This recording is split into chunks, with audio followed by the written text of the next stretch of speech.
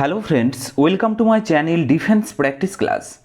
Defence practice class চ্যানেলের তরফ থেকে তোমাদের সবাইকে জানাই স্বাগত। প্রত্যেক দিনের মতো আজকেও চলে এসেছি আরেকটি নতুন ক্লাস নিয়ে। আজকের ক্লাসে আমরা আলোচনা করব ইতিহাসের কিছু গুরুত্বপূর্ণ যুদ্ধ সম্বন্ধে। যে প্রশ্নগুলো তোমাদের এক্সামে বারবার রিপিট হয়, সেই প্রশ্নগুলোই আজকের এই ভিডিওতে আমরা আলোচনা করব। ভিডিওটি তোমরা প্রথম থেকে শেষ পর্যন্ত দেখো এবং লাস্টে তোমাদের স্কোর অবশ্যই কমেন্ট বক্সে কমেন্ট করে জানাবে। তো চলো শুরু করা যাক আজকের ভিডিওর আমাদের প্রথম প্রশ্নতে বলা রয়েছে, প্রথম ইঙ্গ মহীশূর যুদ্ধের সময়কাল কত ছিল? চারটি অপশান রয়েছে, সঠিক উত্তর জেনে থাকলে অবশ্যই নিচে কমেন্ট বক্সে কমেন্ট করে জানাও। প্রত্যেকটি প্রশ্নের জন্য রয়েছে 5 সেকেন্ড সময়।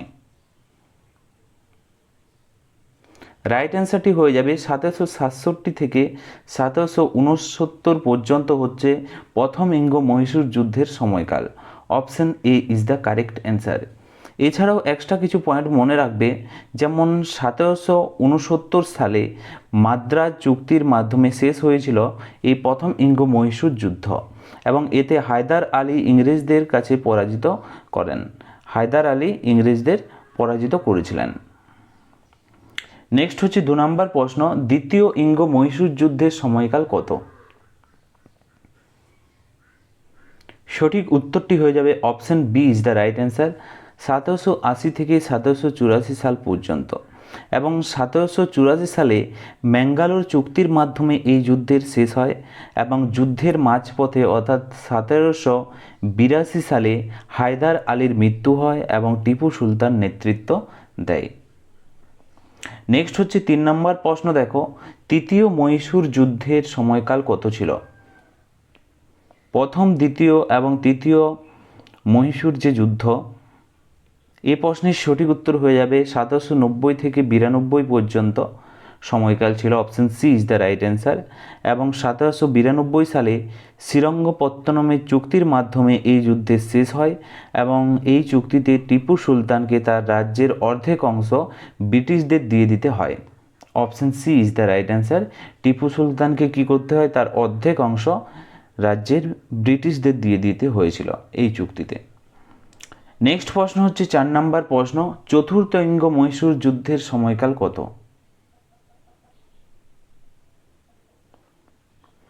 এই প্রশ্নের সঠিক উত্তর হয়ে যাবে 1799। Option D is the correct answer.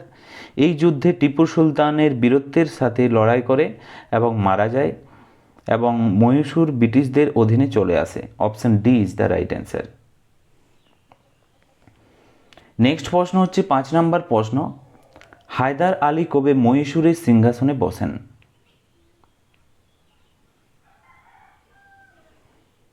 সঠিক উত্তরটি হয়ে যাবে option B is the right answer.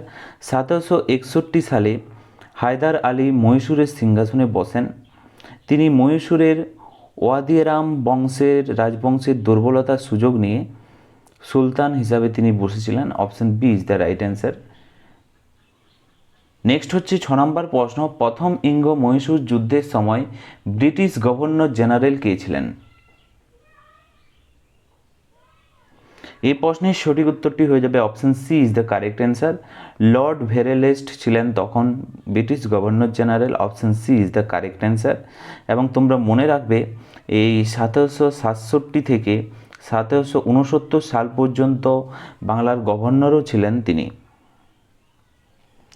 Next প্রশ্ন হচ্ছে 7 নম্বর প্রশ্ন, দ্বিতীয় ইঙ্গ মহীশূর যুদ্ধের সময় ব্রিটিশ গভর্নর জেনারেল কে ছিলেন? সঠিক উত্তরটি হয়ে যাবে প্রশ্নের Warren Hastings. Option B is the correct answer. মনে রাখবে, তার সময়ে রেগুলেটিং যে অ্যাক্ট 1773 সালে এবং পিটস ইন্ডিয়া অ্যাক্ট 1784 সালে পাস হয়। খুবই গুরুত্বপূর্ণ। ওয়ারেন হেস্টিংসের সময়ে 1773 এবং 1784 সালে পর্যায়ক্রমে রেগুলেটিং অ্যাক্ট এবং পিটস ইন্ডিয়া অ্যাক্ট, এই দুইটি অ্যাক্ট লাগু হয়। নেক্সট হচ্ছে 8 নম্বর প্রশ্ন, তৃতীয় ইঙ্গ মহীশূর যুদ্ধের সময় ব্রিটিশ গভর্নর জেনারেল কে ছিলেন?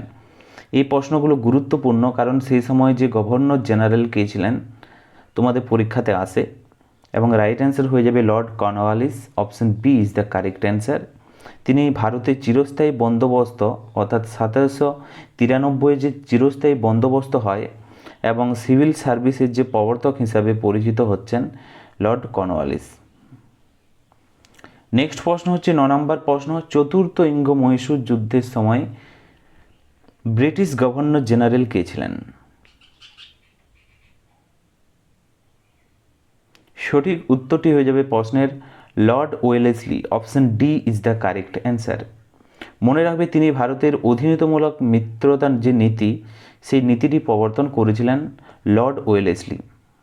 Option D is the correct answer. Next প্রশ্ন দেখো 10 নম্বর প্রশ্ন, টিপু সুলতানের সমাধি কোথায় অবস্থিত? 4টি অপশন রয়েছে, এগুলোর মধ্যে সঠিক উত্তর হয়ে যাবে শ্রীরঙ্গপত্তনমে অবস্থিত টিপু সুলতানের সমাধি। শ্রীরঙ্গপত্তনম ছিল টিপু সুলতানের রাজধানী, এখানে গুম্বজ নামক স্থানে তাকে সমাহিত করা হয়। Option C is the correct answer.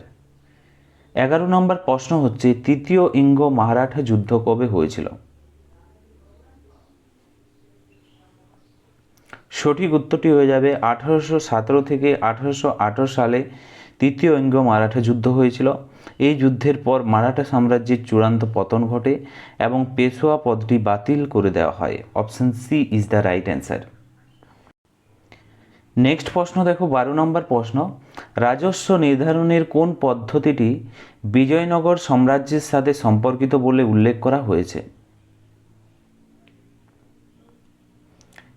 এখানে সঠিক উত্তরটি হয়ে যাবে দেখো স্বদেশমুখী। Option C is the correct answer.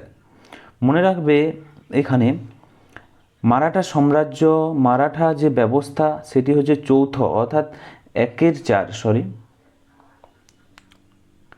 চার অংশ এবং স্বদেশীমুখী মানে হচ্ছে 1/10 অংশ কর প্রচলিত ছিল।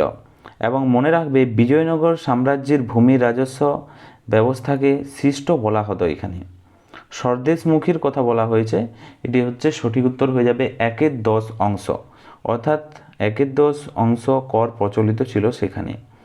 এবং যৌথ যদি বলা হয় মারাঠার যে ব্যবস্থা সেটি হচ্ছে যৌথ অর্থাৎ 1/4 অংশ কর সেখানে প্রচলিত ছিল। এরকমভাবে এখানে উল্লেখ রয়েছে। নেক্সট প্রশ্ন দেখো 13 নম্বর প্রশ্ন, শিবাজি কোথায় নিজেকে মুকুট পরিয়েছিলেন অর্থাৎ রাজ্যাভিষেক হয়েছিল শিবাজির? সঠিক উত্তরটি হয়ে যাবে রায়গড়ে। Option B is the right answer. সালটি মনে রাখবে 1674 সালে পণ্ডিত গাগ্গা ভট্ট তার রাজ্যাভিষেক সম্পন্ন করেন। Option B is the right answer এবং রায়গড়ে তার রাজ্যাভিষেক হয়। 14 নম্বর প্রশ্ন হচ্ছে, শিবাজি কোথায় একটি নৌবহর বজায় রেখেছিলেন? কোথায় একটি নৌবহর বজায় রেখেছিলেন যদি বলা হয়?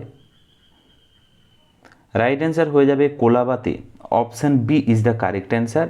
শিবাজিকে ভারতের নৌবাহিনীর জনকও বলা হয় অর্থাৎ ফাদার অব দ্য ইন্ডিয়ান নেভিও বলা হয়, কারণ কোলাবা এবং সিন্ধু দুর্গে তার একটি শক্তিশালী নৌঘাঁটিও ছিল। অপশন বি সঠিক উত্তর। নেক্সট প্রশ্ন হচ্ছে 15 নম্বর প্রশ্ন, শিবাজির জয়সিংহকে আত্মসমর্পণ করেন? শিবাজি জয়সিংহকে আত্মসমর্পণ করেন এবং কোন চুক্তিতে স্বাক্ষর করেন? এই প্রশ্নের সঠিক উত্তরটি হয়ে যাবে পুরবন্দরের চুক্তি। Option B is the right answer. মনে রাখবে সালটি ছিল 1665 সাল। পুরবন্দরের চুক্তি স্বাক্ষরিত হয় এবং এই চুক্তির ফলে শিবাজিকে তার 23টি দুর্গ মুঘলদের হাতে তুলে দিতে হয়েছিল। Option B is the correct answer. Next হচ্ছে 16 নম্বর প্রশ্ন দেখো, শিবাজির শাসনামলে অর্থাৎ শিবাজির যে শাসনকালে অশ্বারোহী বাহিনীতে 25 জনের একটি ইউনিটের প্রধানকে কী নামে পরিচিত ছিল? শিবাজির অশ্বারোহী ছিল, তার মধ্যে 25 জনের একটি ইউনিট থাকতো অশ্বারোহী, তাদের কী নামে অভিহিত করা হতো? সঠিক উত্তরটি হয়ে যাবে হাওলদার হিসাবে অভিহিত করা হতো। Option C is the right answer. শিবাজির অশ্বারোহী বাহিনী 2টি ভাগে বিভক্ত ছিল, একটি হচ্ছে বর্গীর আরেকটি হচ্ছে সিলেদার। বর্গীর কাদের বলা হতো? যাদের রাষ্ট্র দ্বারা অস্ত্রপ্রাপ্ত দেওয়া হতো। এবং সিলেদার কাদের বলা হতো? সিলেদার বলা হতো নিজস্ব যাদের অস্ত্রধারী ছিল তাদের বলা হতো। নেক্সট হচ্ছে 17 নম্বর প্রশ্ন, শিবাজির আগ্রা অভিযানের পরিকল্পনা কে করেছিলেন? সঠিক উত্তর হয়ে যাবে Jai Singh. Option C is the right answer. Raja Jai সিংয়ের প্ররোচনায় শিবাজি 1666 সালে ঔরঙ্গজেবের দরবারের আগ্রায় যান এবং সেখানে তাকে বন্দী করা হয়। অপশন সি সঠিক উত্তর। নেক্সট হচ্ছে 18 নম্বর প্রশ্ন, কোন ধর্মীয় ব্যক্তি শিবাজির উপর গভীর প্রভাব ফেলেছিলেন? চারটি অপশান রয়েছে, এগুলোর মধ্যে সঠিক উত্তরটি হয়ে যাবে Ramdas. Option B is the correct answer. রামদাসের কথা যদি বলা হয়, তিনি ছিলেন শিবাজির একজন আধ্যাত্মিক গুরু এবং তার লেখা বিখ্যাত গ্রন্থের নাম হচ্ছে দাসবোধ। তার বিখ্যাত গ্রন্থ হচ্ছে, তোমরা মনে রাখবে, তোমাদের পরীক্ষাতে আসতে পারে, দাসবোধ।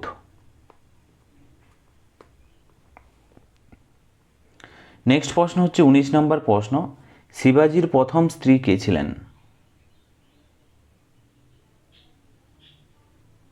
এই প্রশ্নের সঠিক উত্তরটি হয়ে যাবে সাইবাই নিম্বালকর ছিলেন শিবাজির প্রথম স্ত্রী। Option B is the correct answer. 1640 সালে শিবাজির সাথে তার বিবাহ হয় এবং তাদের পুত্রের নাম ছিল সাম্ভাজি। নেক্সট প্রশ্ন হচ্ছে 20 নম্বর প্রশ্ন, শিবাজি শায়েস্তা খানের উপর কোন বছর আক্রমণ করেছিলেন? সঠিক উত্তর হয়ে যাবে 1663 সালে। শায়েস্তা খান পুনেতে অবস্থান করার সময় শিবাজি রাতের অন্ধকারে আচমকায় আক্রমণ করে এবং তার আঙুল কেটে দেয়। Option B is the correct answer. Next প্রশ্ন হচ্ছে 21 নম্বর প্রশ্ন, শিবাজি কোন বছর ছত্রপতি উপাধি গ্রহণ করেন? সঠিক উত্তর হয়ে যাবে 1674 সালে। Option C is the correct answer.